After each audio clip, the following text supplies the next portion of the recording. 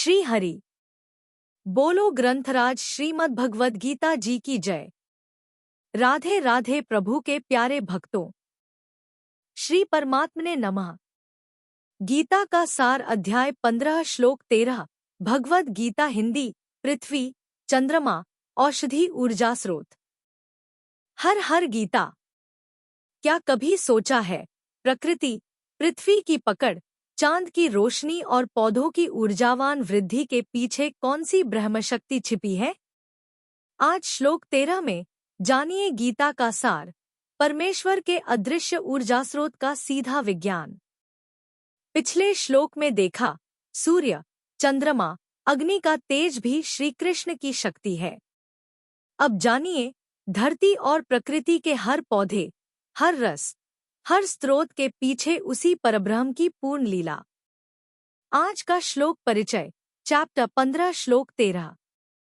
श्री कृष्ण कहते हैं, गामाविश्य च भूतानि धारयाम्यहमोजसा पुष्णामि चौषधियः सर्वाः सोमो भूत्वा रसात्मकः। 13। हिंदी अर्थ, मैं पृथ्वी में अपनी शक्ति से प्रवेश कर समस्त प्राणियों को धारण करता हूँ और चंद्रमा रूप में सभी औषधियों, वनस्पतियों को जीवनदायक रस से पुष्ट करता हूँ। यानी भूतमात्र को टिकाए रखने और हर पौधे के रसोर्जावान होने का कारण भगवान की ऊर्जा ही है। आज की सीख, समस्या और समाधान।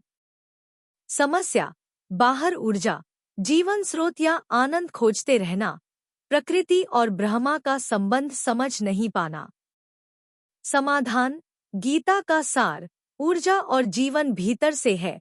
हर औषधि, पौधे, जल, अज निर्भर है उसी ब्रह्मशक्ति पर। इस अनुभूति से चेतना जागती है। हर हर गीता। आज के शॉर्ट्स में पूछा गया सवाल था। प्रश्न, गीता के अनुसार संपूर्ण जीवों का पालन कौन करता है? अ, केवल सूर्य। बी, केवल पृथ्वी। सी, भगवान की सर्वव्यापक शक्ति। डी, कोई विशेष व्यक्ति।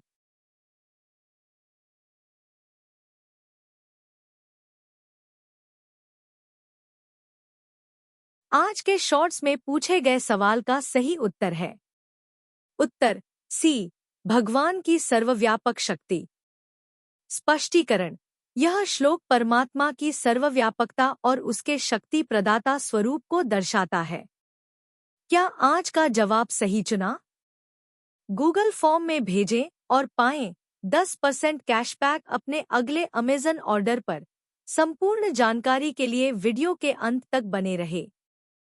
पृथ्वी रूप से संपूर्ण जगत को धारण करने वाले और चंद्रमा रूप से उसका पोषण करने वाले परमेश्वर के प्रभाव का कथन। श्लोक 13।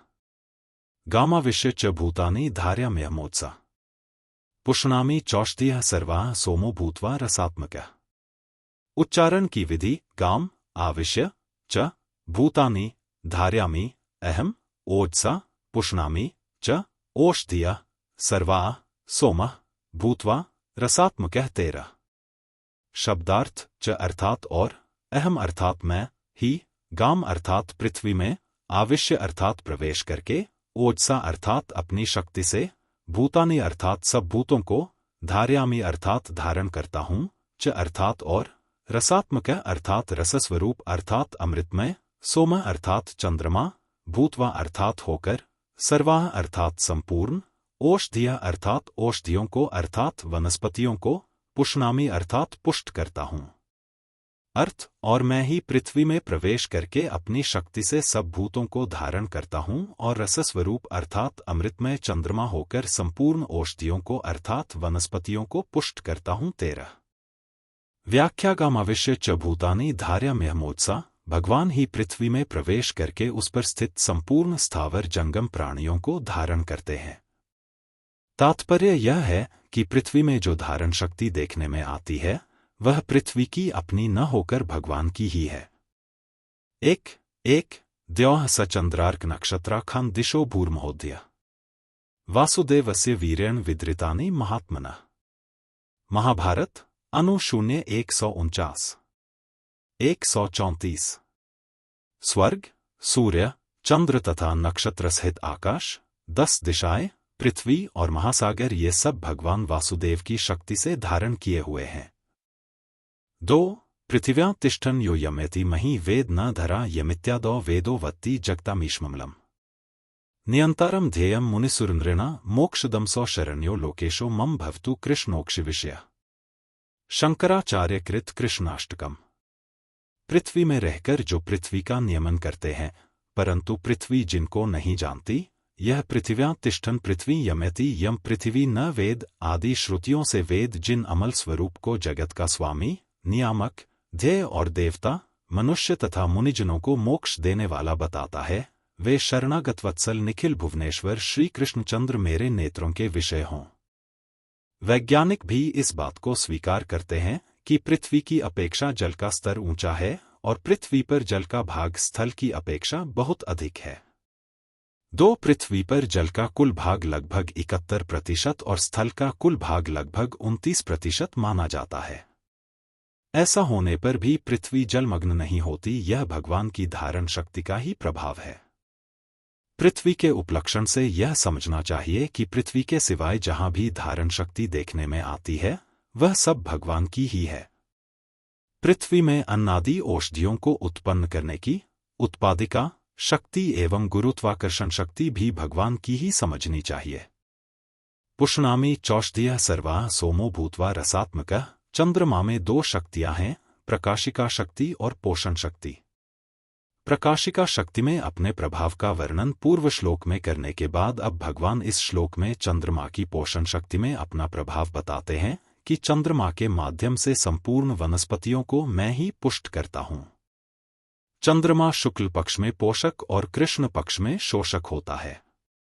शुक्ल पक्ष में रसमय चंद्रमा की मधुर किरणों से अमृत वर्षा होने के कारण ही लता वृक्षादि पुष्ट होते हैं और फलते फूलते हैं। माता के उदर में स्थित शिशु भी शुक्ल पक्ष में वृद्धि को प्राप्त होता है। यहाँ सोम पद चंद्रलोक का वाचक है, चंद्रमंडल का नहीं। नेत्रों से हमें जो दिखता है वह चंद्रमंडल है। चंद्रमंडल से भी ऊपर आंखों से न दिखने वाला चंद्रलोक है।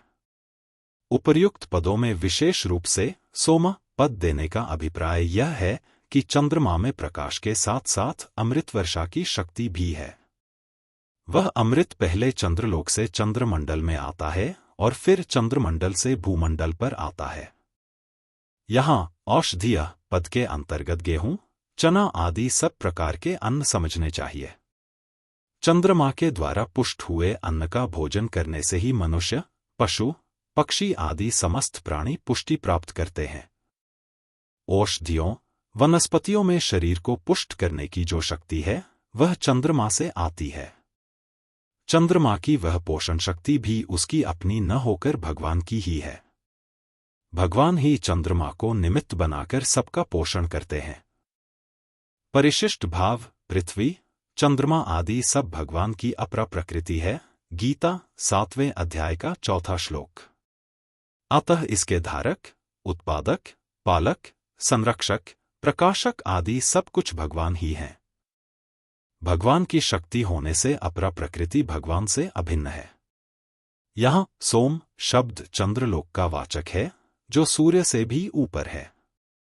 क्या कभी प्रकृति, स्वाद, फलों या औषधियों में परम शक्ति महसूस की है? कमेंट करें। आपने आज के श्लोक की ऊर्जा या समाधान किस जीवन अनुभव में पाया? प्रीकैप, कल का श्लोक संकेत। कल मिलेगा अध्याय 15 श्लोक 14, जहां श्री कृष्ण बताएंगे अग्नि, पाचन शक्ति और आहार का असली ब्रह्मा रहस्य। हमारे साथ जुड़े और ज्ञान फैलाएं। अगर यह वीडियो आपको प्रेरक लगा और आपने कुछ नया सीखा, वीडियो को लाइक करें, चैनल को सब्सक्राइब करें और बेल आइकन ऑन करना न भूलें। अपने अनुभव या आज का जवाब कमेंट में जरूर साझा करें। इस ज्ञान को कम से कम 2 दोस्तों से शेयर करें। हर दिन, हर घर, हर दिल में हर हर गीता, हर घर गीता। जय श्री कृष्ण। क्या आपकी हर समस्या का समाधान श्रीमद् भगवद गीता में छिपा है?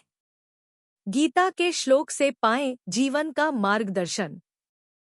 हर दिन एक नया गीता श्लोक, उसकी गहन व्याख्या और आपके आध्यात्मिक एवं व्यावहारिक जीवन के लिए सीधा मार्गदर्शन। कमेंट करें और अपने अनुभव साझा करें। चमत्कारिक गीता तकनीक, क्या यह काम करती है?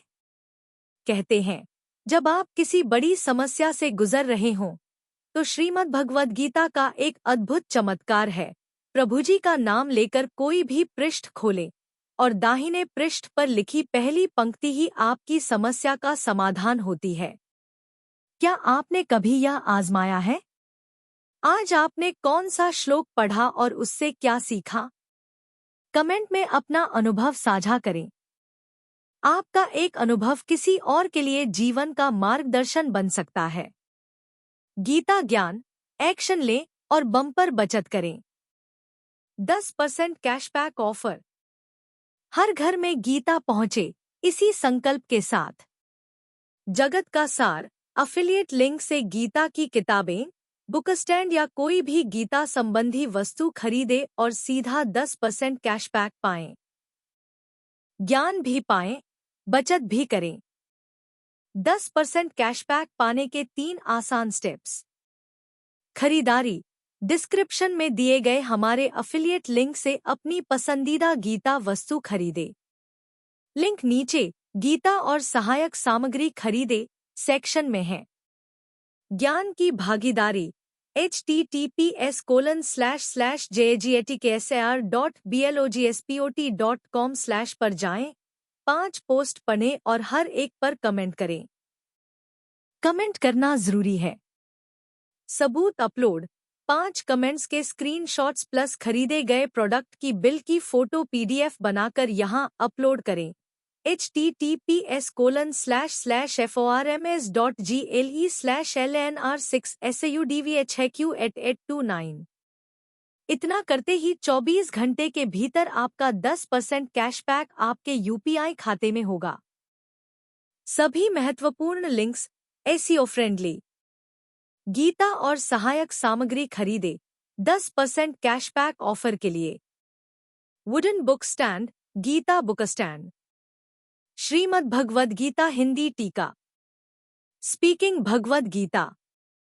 तत्वविवेचनी हिंदी, तत्वविवेचनी गीता। समुदाय और ज्ञान केंद्र। हमारे ब्लॉग्स, दैनिक प्रेरणा। व्हाट्सएप ग्रुप, कैशबैक जानकारी। WhatsApp channel, updates.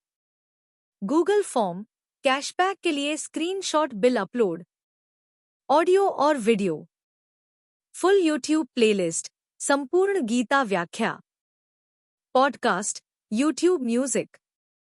Podcast RSS feed.